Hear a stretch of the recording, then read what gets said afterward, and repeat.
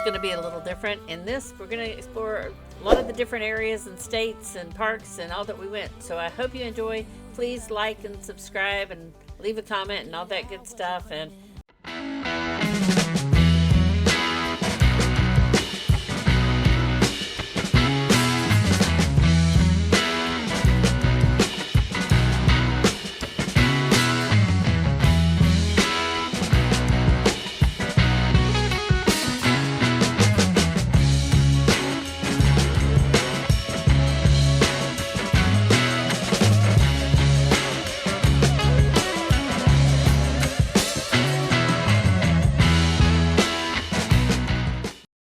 in this video, I'm going to give you a little information about the different areas we've rode in. We're from Florida. We're Florida natives, so I'm going to start with Florida.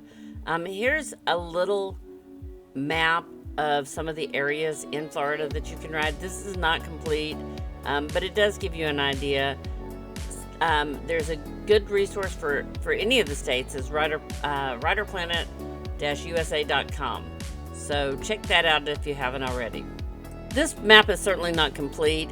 There's not a lot of riding in Florida, to be honest. There is Big Cypress down near Miami, but it's a lot of water. There's several other areas that are, if you're interested in mud, you can look on Rider Planet and around to see those. There's also River Ranch property owners, but you have to be a property owner or know someone that is, that can get you in, which is an old bombing range, which is fun. And in this video, I'm going to show you a little bit about Ocala. Ocala National Forest, it's pretty, it's there's some nice trails, and it's just really some road riding. Some of the trails do get pretty tight, and there are Jeeps out there as well. It's also a hunting area. If you're afraid of pinstriping your rig, your side-by-side or your Jeep, you're going to get pinstriped if you go down a lot of the trails here. Just be aware of the roads. Numbered roads, side-by-sides are not allowed on, and you do have to have a permit. It is pretty riding.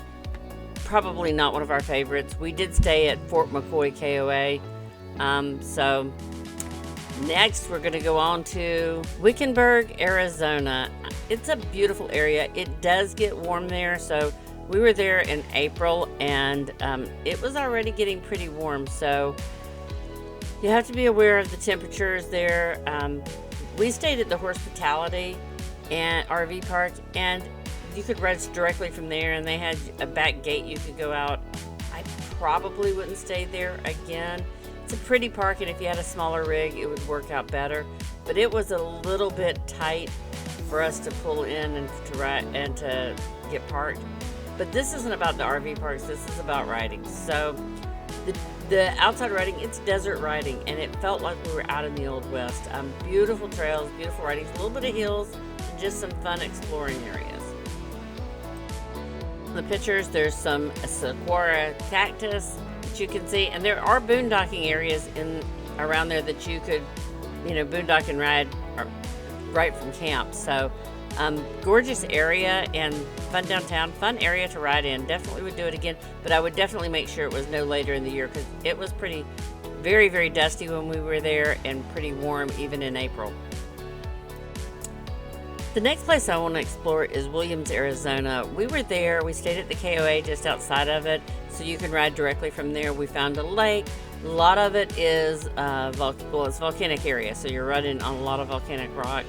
We didn't find as much riding area, but I think there's a lot more there. We just need to do a little more research. It was pretty riding, pretty flat for the most parts, other than the volcanic rock. Found a lake. It was a little cool. Was a great area to ride in and explore. Next place is Hurricane, Utah. It's renowned for its riding, but we got schooled there. We started out on Honeymoon Trail, which if you've watched any videos, you know that can be kind of nasty. The video does not show justice to just how off-kilter you are side to side when you're doing this trail. It was a little shocking how rough. But this area, there is Sand Hollow. There are tons and tons of trails. You do have to be super, super careful. There's a lot of steep and dangerous and hard to navigate trails. Honeymoon Trail that we did is one of them. Don't do what we did and do that by yourself. But Lots of room to do in the area. We did not do it nearly as much as I had wanted to, but we were there the end of May, like May 22nd through the 29th. It was hot. It was really, really hot there and very, very dusty. So plan your trip better than we did. And there are so much riding. You're near Zion. There's tons to do. We stayed at Willow Wind RV Park, which is gorgeous. It's about 20 minutes probably from Sand Hollow, but gorgeous area. And had we been there when it was a little bit cooler, we would have enjoyed it way more than we did. We did enjoy it, but it would have given us a lot more opportunities. So definitely a place you want to check out, definitely want to do, but pick your timing based on the weather. Next one is the Paiute Trail in Utah. We were there the beginning of June, the first couple weeks of June. We stayed at Richfield. Next time I'd probably stay in Marysville, but oh my goodness, Paiute Trail. Oh wow, you can't say enough about it. There are so many trails. It is so gorgeous. You can ride up to the top of the mountain. You can ride to different towns. The bottom of the mountain might be 80 degrees. The top of the mountain might be 40 or 50 degrees. There was snow at the top of the mountain. So beautiful. We saw some elk. Depending on what area you go in, you can see all kinds of deer. Just absolutely gorgeous riding. Highly recommend it. And you can pick, there are 50-inch trails, there are bigger trails, and you can pick your level of difficulty on the trails. And just some beautiful, beautiful history in the area. So much to do, so much to see. Highly recommend it. Something we definitely want to go do more of and finish exploring. You can tell that Vic was enjoying it a lot. And just gorgeous area. Just absolutely can't say enough about how pretty the aspens are rustling in the wind and the different smells you get there. Definitely something you want to check out and explore.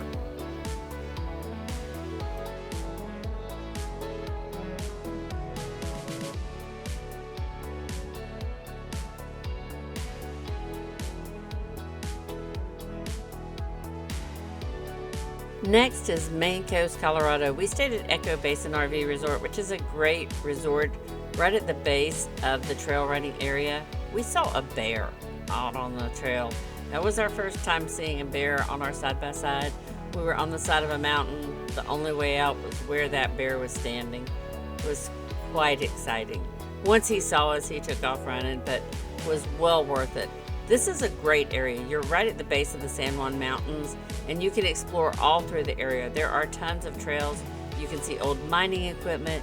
You can see wildlife, bears and deer, and just explore that area. It is very cool.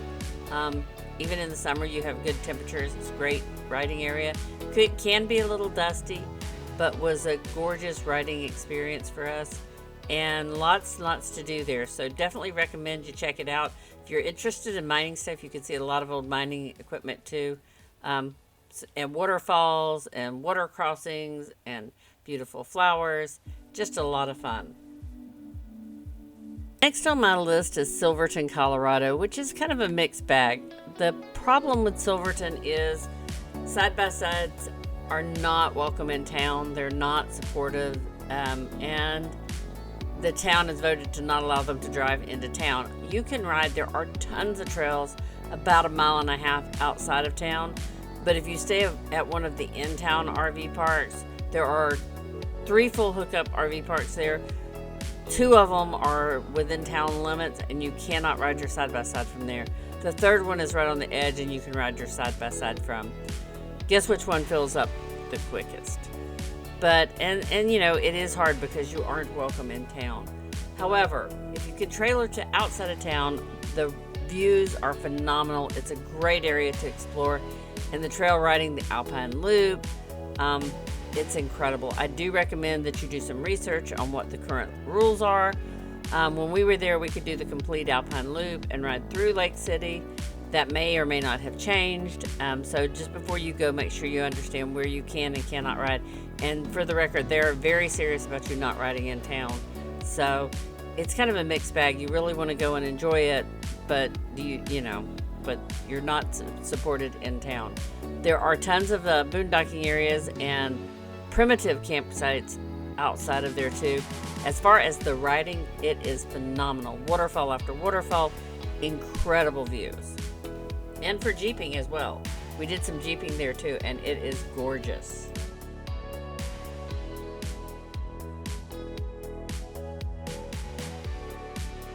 The next place I wanted to talk about was Outback RV Park. It's back to Mancos. It's a different area from Echo Basin. It's a small, like 8-site RV park. There is quite a bit of riding. However, it is about a 30-minute drive to get to it. You can ride your side-by-side there, but it takes you about 30 minutes to get to the trails. We did see bear while we were there. We saw deer, a lot of motorcycles out there as well. Lots of riding. It does back up basically to where Echo Basin's area. You could get through there if you had a 50-inch. You could go from one to the other.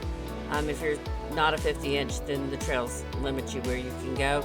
But there are tons of riding out there and exploring in that area. So beautiful area, and was a fun stop for us to have a little bit of quiet time. It's not as popular. The RV park isn't, and you're close to Mesa Verde National Park, so that's fun, but just a pretty area to ride in and a little different from the other ones. I just wanted to do a mention of it. Next on my list is Red River, New Mexico, which I did several videos on it, so check them out if you're interested. It is a gorgeous riding area. I didn't know quite what to expect, but you can ride in town, and you do have to have a New Mexico permit, but it is gorgeous riding, and there's lots of riding to do. You probably have a good 5 days of riding without hitting, well, you go to some of the same areas, but you could hit new trails every day. It's just gorgeous there. There's Goose Lake you can go to. There was another lake there. I can't think of the name right now, but it's a pretty riding area. Lots to explore there, and was gorgeous riding. The town is very supportive of RVs and the ATV community, so lots to do there. I will say Goose Lake is one that we went up it, and I did a video on us going up it the whole trail. We didn't have a problem, but it depends on the weather and the conditions. Goose Trail can be a little bit edgy. You do get on the edge of the cliff, and you do have to be careful there. We didn't have any problems.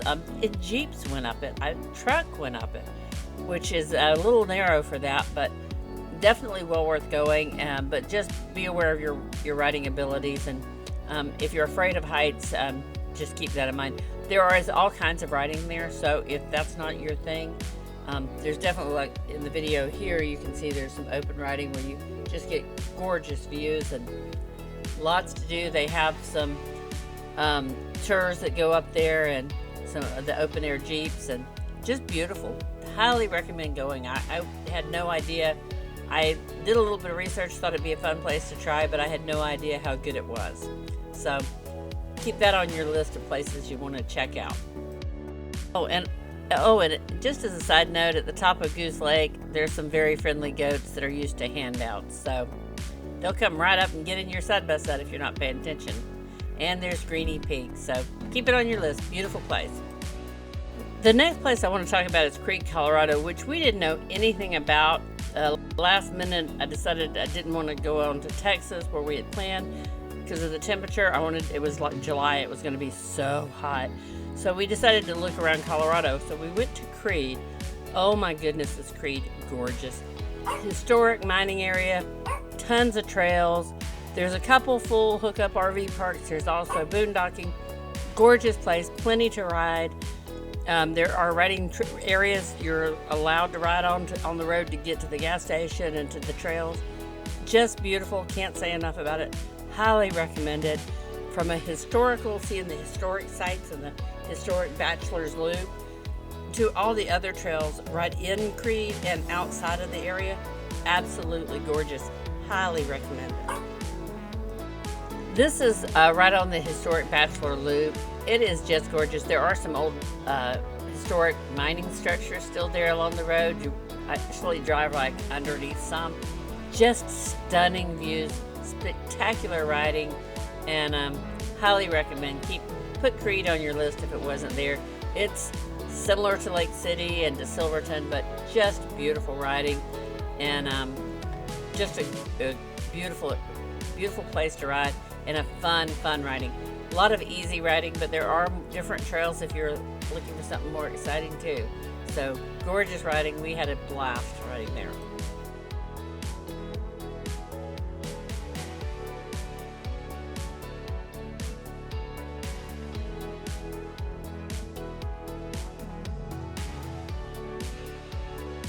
Next on this tour is South Fork, Colorado. Only about 30-40 minutes from Creede. Totally different types of riding. You can ride right from South Fork. You do have to get a permit in town, but you can ride different areas. You can get to the gas station. You can get to the trails depending on what RV park you're in, directly from the RV park.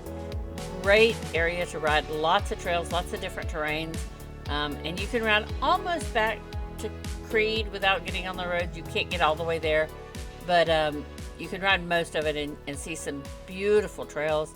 And on the other side of the road, of the highway, you can ride all out to some other old mines and some other areas. A lot of road riding, but it's dirt road riding and back trails.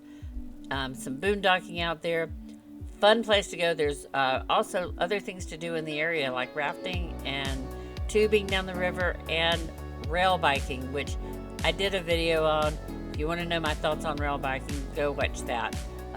Had so much fun staying there. It was an awesome trail, awesome experience to be there, and we would definitely put it back on our list. Love to go back there.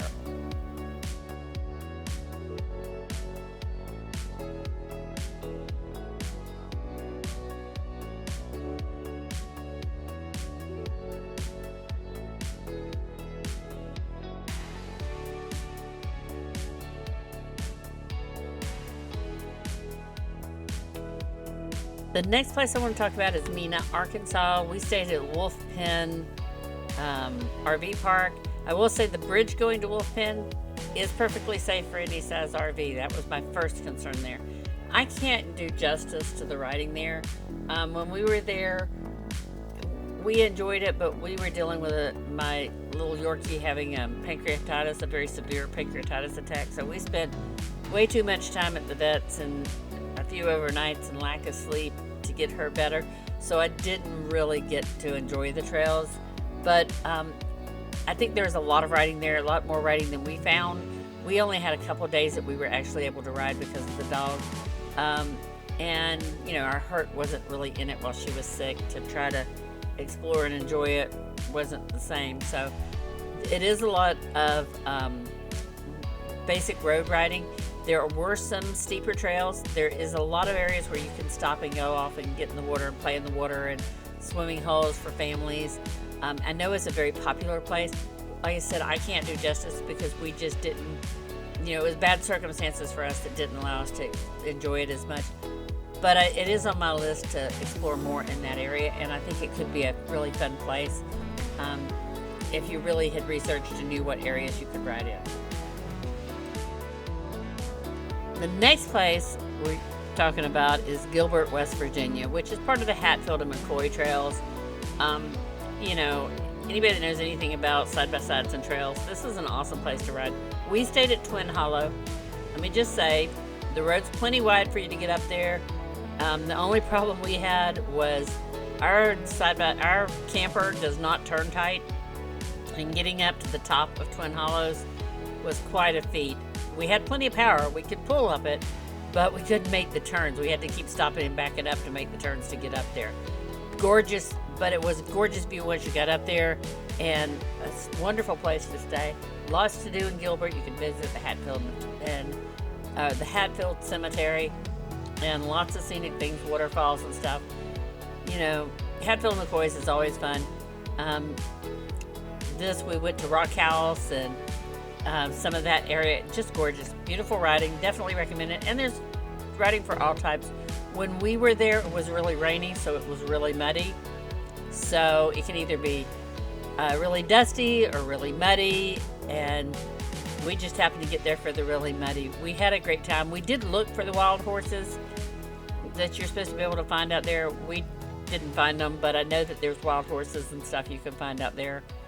And beautiful area, fun riding. It's not the scenic views that you get out west, but it is fun riding. While we're talking about Hatfield and McCoy trails, we also did Bluefield area, which is the Pocahontas trail system, which was incredible, which you can also get to the Indian Ridge and several of the other trail systems there.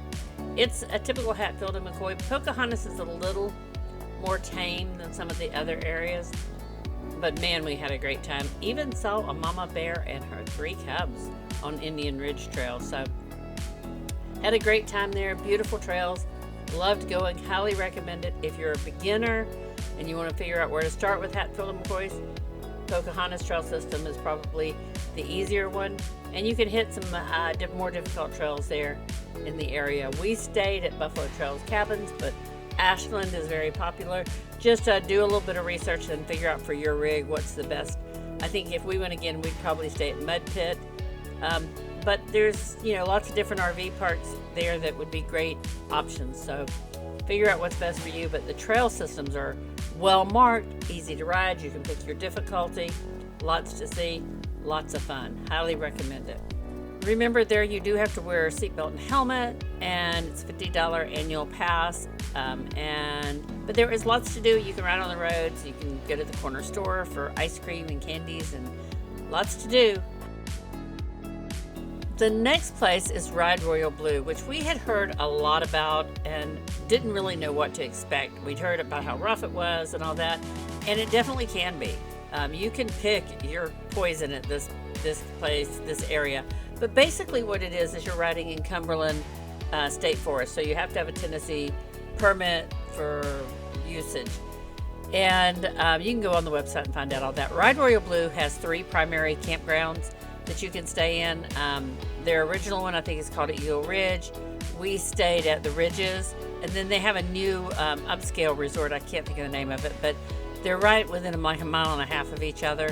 We stayed at Ridges, which was perfect for us. It had room for the dogs, way more than Eagle Ridge. The resort one's definitely nice. Even has pickleball if you're interested in pickleball while you're there, and swimming pool and all that. So it's definitely nice. We didn't know anything about that at the time, so we stayed at the Ridges, and it was fine. It does get very busy on the weekend. There's a lot to do in that area and a lot of different riding areas. There's Tackett Creek, which is part of this, and Brimstone and a couple other of the RV resorts or RV areas that are privately owned or nearby you can do. The Ride Royal Blue Resort is off of Stinking Creek Road, and there are a lot of RV parks off Stinking Creek Road. I guess I didn't understand that there was others other than the Ride Royal Blue resorts, but Ride Royal Blue is just RV parks that have good access to the trail systems. But there's a lot of them in that area, and you can stay. There's over more near Tackett Creek, or there's lots of them in that area, so you can pick cabins and restaurants, and there's a whole lots of things to do. Just pick your area to do. There was not much restaurants and all in the area, but as far as the riding, it's beautiful. There's lots to do, and you can pick what type of riding you want to do. If you're interested in really rough stuff, they certainly have that. Tackett Creek has a lot. And Ride Royal Blue, some of the trails were really muddy and really rough. Some were fine. So lots of variety to do, and some really great views too, and some I think there's some cabins. We didn't see any of that. We did see a couple waterfalls that were really nice, but lots to do in that area. Very nice riding, and there is riding for all types too. It's not just really, really harsh riding, which is what everybody ever talked about that we talked to.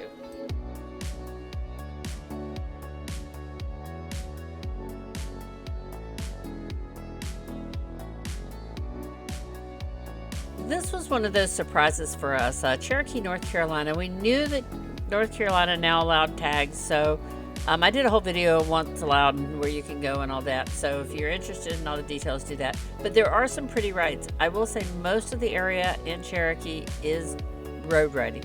Riding the Blue Ridge, riding the roads. But there are a few off-roads. Now, they're not really off-road trails. They're really just roads that you can ride. Some of them do require high clearance or You know, none of them are four-wheel drive that we found, but there are some roads you can take, like Basin Mountain, or this trail I'm showing you here is the backside of Great Smoky Mountains National Park. There's a drive that goes all the way around the park, and that one's a fun drive. You can ride the side-by-side through Great Smoky Mountains and go.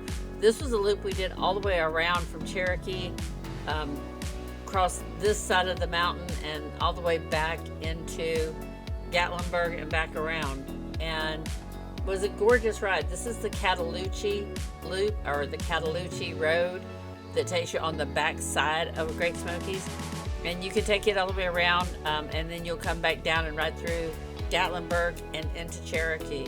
So, and you can ride the Blue Ridge Parkway with your side-by-side. So as long as you're tagged, and you can look at all the rules in that. But I was surprised that there was any place you could ride here, let alone that we did quite a bit of road riding primarily, but a lot of fun riding, and to see the elk, and just had a great time there. So it was a fun place to ride and just explore. Not off-road, not rough, but fun stuff. And since I talked about Cherokee and driving over through Gatlinburg, it's only right that I talk about Gatlinburg. There are several areas there you can ride. Again, it's mainly road riding, but there are some dirt roads. You can ride through Cades Cove, you can ride through Gatlinburg. You have to look at the rules for what you can do. It does have to be tagged and street legal, but there's a Roaring Forks Road, there's Rich Mountain. This is some of Roaring Forks Road. It is paved, but it's a nice one-way road, so you can see a lot of scenery and a lot of scenic stuff. And it's a fun ride, so it's definitely worth taking your side-by-side and riding in there if you're street legal. It's not going to be off-roading and all that, but it's still some beautiful riding and some fun trails, and you can ride through the Smoky Mountains if you want and around the area. So it makes for an interesting and fun ride, and we were a little surprised how much we enjoyed riding it there. You can take it on the Foothills Parkway as well, and just a fun ride. Like I said, through Cades Cove was fun, and there are the few, like Rich Mountain, that are off-road, that are dirt roads at least, but it was a fun place to go. So hope you enjoyed my tour of some of the parks that we've explored and the areas that we've rode, just to kind of in one place give you a lot of access to a lot of different riding types and area. You can see the different terrains and see what you like, but all in all, we had fun. So hope you enjoyed. Please like and subscribe and leave a comment and all that good stuff. Thanks for watching.